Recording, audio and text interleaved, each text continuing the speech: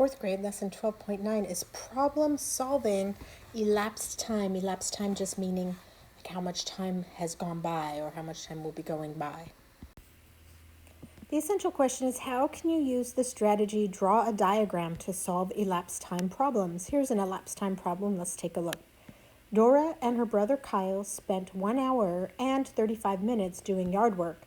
Then they stopped for lunch at 1:20 p.m. At what time did they start doing yard work? Well, let's use this graphic organizer to guide us through the process of how to handle a question like this if we were asked. What do I need to find? I need to find the time that Dora and Kyle started doing the yard work. That was the question they asked. What information do I need to use? I need to use the amount of time it took, the 1 hour and 35 minutes, and the time that they stopped for lunch. So there is the amount of time it took them that they worked, the amount of time they were working until they stopped, and then what time they stopped, which was 1:20. How will I use this information? I can draw a timeline to help me count backward and find the start time. We could use subtraction. The only problem with subtraction too, is if we're going backwards, is that we have this base 60 timeline, and it gets kind of confusing. So better to kind of model it and bring it on backwards. So you'd start by drawing a timeline, starting at a specific, any time. You can start, a couple hours, maybe 2 hours before the 1:20 time, because we know it's less than 2 hours, and ending at 1:20. So once we've drawn it out, they started at 11:45, and we know 5, 10, 15 minutes put us at 12 o'clock, and then 5, 10, 15, 20, 25, 30 minutes put us at 12:30, and then 1 o'clock, and then 1:20. So they have it kind of split out. They drew that out, and they did the hash marks to represent the every 5 minutes. So this is 12:30, 12:35, 40, 45, 50, 55, 60, which is 1 o'clock. That's 60 minutes. It puts us at the next hour. 5, 1:05, 1:10, 1:15, and 1:20. So that's how they set it up. And then they counted back 1 hour. That put them there. 1:20 is now at 12:20 because we went backwards by 1 hour. Then we're going to go back from there 5 minutes till we get to 35 minutes back. 5, 10, 15, 20, 25, 30, 35. And that put us right at 11:45 a.m. The next question asks us, what if Dora and Kyle spent 50 minutes doing yard work and they stopped for lunch at 12:30 p.m.? So this gives us a chance to practice how we would do it. So we're going to set up our number line, our timeline, and we're going to have the ending time be at 12:30 p.m. And then we're going to go back by 5-minute increments, 5, 10, 15, 20, 25, 30. That 30-minute mark, 5, 10, 15, 20, 25, 30, is going to put us at 30 minutes less than 12:30. So that would be 12 o'clock, and I'm going to mark that there. Then I will go 5 minutes at a time less than that, 5, 10, 15, 20, 25, 30. This is 30 minutes before 12, so 11:30 in the morning.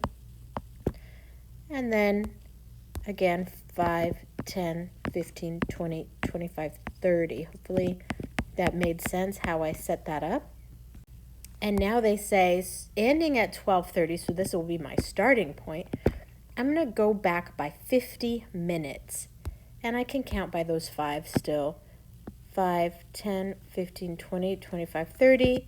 35, 40, 45, 50. Right here is 50 minutes back. Now I can take a look. This was 11:30, right? So 11:35, 11:40. 11:40 is the time that they must have started. So you can use the model to figure out that timeline. Subtraction doesn't really work here unless you have an understanding of the base 60 system, and that takes some practice. So the model is nice to just go back on the number line for that. Let's try another problem. Ben started riding his bike at 10:05 a.m. and he stopped 23 minutes later when his friend Robbie asked him to play kickball. At what time did Ben stop riding his bike? I need to know what time he stopped riding his bike. This place matter, this thing that they give us is kind of the same steps I gave you at the beginning of the year. Underline the question, and they just have us write it down. What do I need to find? When he stopped. What information do I need to know? His starting time, 10:05 start, and how long he rode his bike, 23 minutes. How will I use that information? I'm going to model on a number line.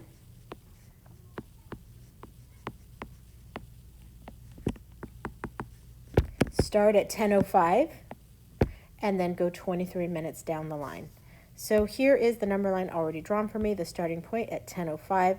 These are in, if you notice here, this is 10:05 and this is 10:10, so this is 1, 2, 3, 4, 5 minutes. So these are all 1 minute increments, then 10:15, 10:20, 10:25, and 10:30. So you always have to take a look at how did they split that up. And so they split it into 1 minute increments. Each of these little dashes is a 1 minute increment. Starting at 10:05, we're moving 23 minutes into the future because he started at 10:05 and then he's went to 23 minutes riding his bike. So when did he stop to talk to his friend? We have 5 minutes, 10 minutes, 15 minutes, 20 minutes, 21, 22, 23. I'm going to mark right there. And what time would that be? Well, this was 10:25, 10:26, 10:27, and 10:28. 10:28 is when he stopped. How did your diagram help you solve the problem? It allowed me to move forward in time. I could count forward in minutes. I'm not sure how you want to word that. I'm sure you could word it in a way that's correct too. Let's look at some practice problems. This is just one of those things that just takes some time and practice. We have Evelyn has dance class every Saturday. It lasts 1 hour and 15 minutes. That's going to be important. I'm going to underline that. And it's over at 12:45 p.m. At what time does Evelyn's dance class begin? First, write the problem you need to solve. I need to know the start time. That was the question. What time does it begin? The start time. Next, draw a line. Oh, they did one for me. That was nice of them. Draw a line to show the end time and the elapsed time. So the end time is at 12:45. So that's over in here. Let's go ahead and see how they did split up our increments.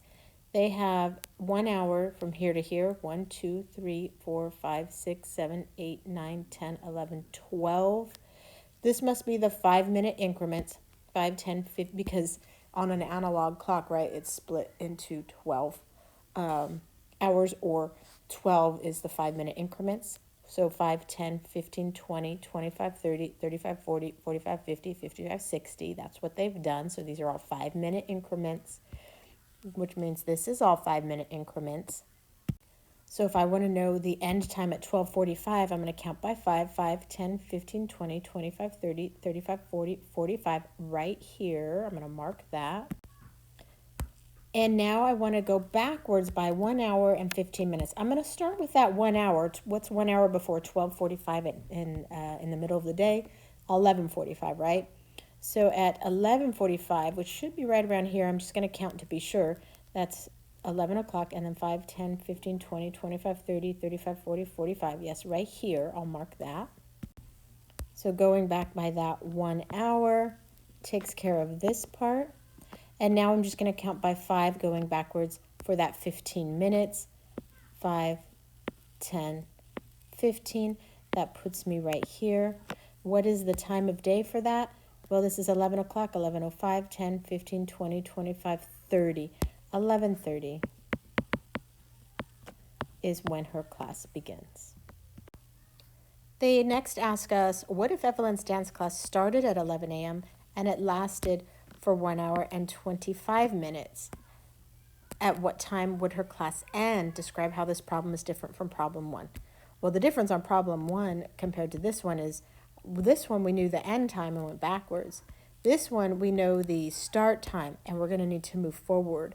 But it's handy, I think I can use this still because this is starting at 11, which is good. And now I'm moving forward by an hour and 25 minutes as opposed to an hour and 15 minutes. So I'm going to start at 11 and I'm going to move forward. I can use this graph here. I'll use just a different color pen, but I'm going to use this graph here. So starting at 11, 1 hour would put me at 12. So here I am at 12. There's the 1 hour. And then 5, 10, 15, 20, 25. That's going to be 12:25 p.m. So she would end at 12:25 p.m.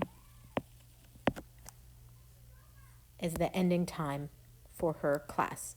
This time we started at start time and moved forward rather than move backward. So I'll just put, I'll put forward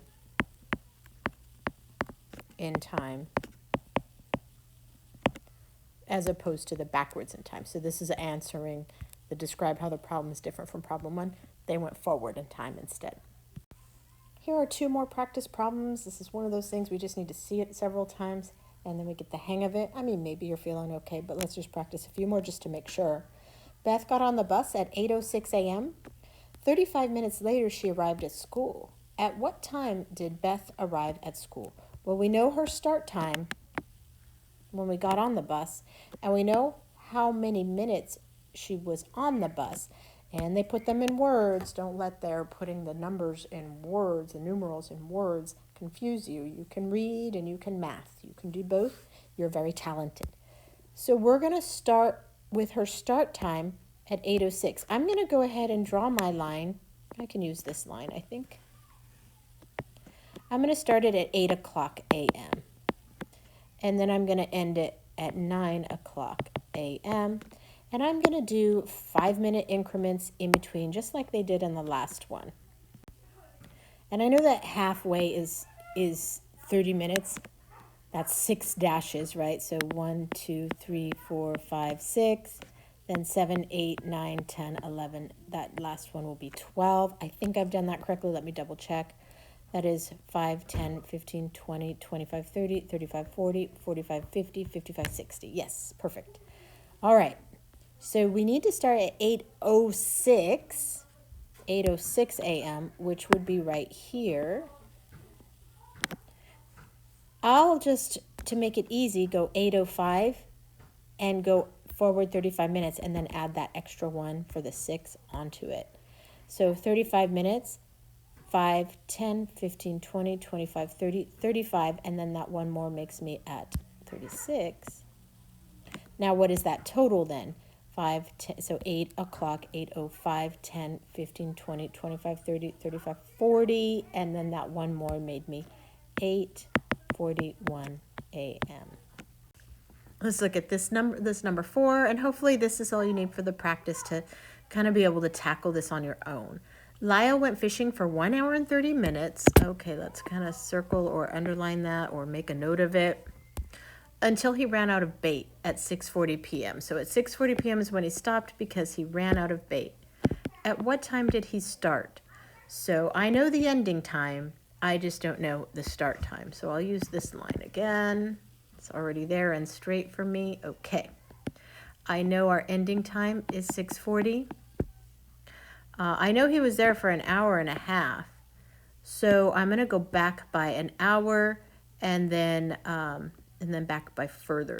So let's do this in increments. Let's call this 7:40 right here. And we know between hours is increments of 5. So I have 5 minutes, right? So there's that 30-minute mark. So 5, 10, 15, 20, 25, 30. 5, 10, 15, 20, 25, 30. Pretend those are equal. And I still need to go backward in time. I'm going to take it back to 7 a.m. or 7 p.m. I guess it is. And back in increments of 5. And that's 40 minutes. So 10, 20, 5, 10, 15, 20, 25, 30. Oh, no. 35, 40, 7 o'clock right there. So there's my 40 minutes to bring me back to 7 o'clock a.m.